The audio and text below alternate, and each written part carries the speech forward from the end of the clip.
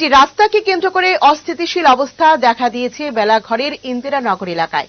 স্থানীয় 106টি পরিবারের দাবি, সেই জমিটি জোত জমি, অথচ স্থানীয় প্রশাসনের কর্তাবাবুরা বলছে জমিটি নাকি খাস। স্থানীয়দের বক্তব্য, আদালতে মামলাও চলছে সেই জমির মালিকানা নিয়ে। আদালতে মামলা চলা সত্ত্বেও জোর জবরদস্তি মানুষের বসত ভিটের উপর সরকারি রাস্তা তৈরির অভিযোগ উঠল প্রশাসনের বিরুদ্ধে। গত কদিন ধরে ওই পরিবারগুলির সঙ্গে স্থানীয় প্রশাসনের বাকবিতণ্ডা চলছে। 106টি পরিবার দাবি করেছে ক্ষতিপূরণ দিলে তবেই রাস্তার জন্য জায়গা দেওয়া হবে। জায়গাটা তো আমরা কইতে আছে আমরা, তারা কইতে আছে তারা, ফিটা ডুবে এটা নিয়ে আর কোর্টে গেছি। কোর্ট ডিসিশন দিব, ইউ পার্টির কাগজপত্র দেখবো কার জায়গা। যতক্ষণ পর্যন্ত কোর্ট একটা ডিসিশন না যায় এই জায়গাতে তো কেউ ঢুকার অধিকার নাই কোর্টের পারমিশন ছাড়া। তারা যদি কোর্টের পারমিশন নিয়ে তারা কাজ করক, আমাদের কোনো আবৃত্ত নাই।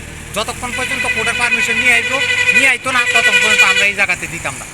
আর যদি যারা জোরপূর্বকভাবে এই কাজে এটার মধ্যে ঢুকতে চায়, আমরা কোর্টের মানে যা করণীয় আমরা কোর্টে করবো। আমরা নেসারি অ্যাকশন মানে নেব। ক্রিমিনাল কেসের আওতা যারা আইব কোর্টের জায়গার মধ্যে যদি কোর্টের অর্ডার বাইলুট করে, বাস এতক্ষণ পর্যন্ত আমরা মানে জায়গা মানে কোর্টে এখন পর্যন্ত কটা হিয়ারিং চলছে অনবরত। কালকেও কেসের তারিখ আছে।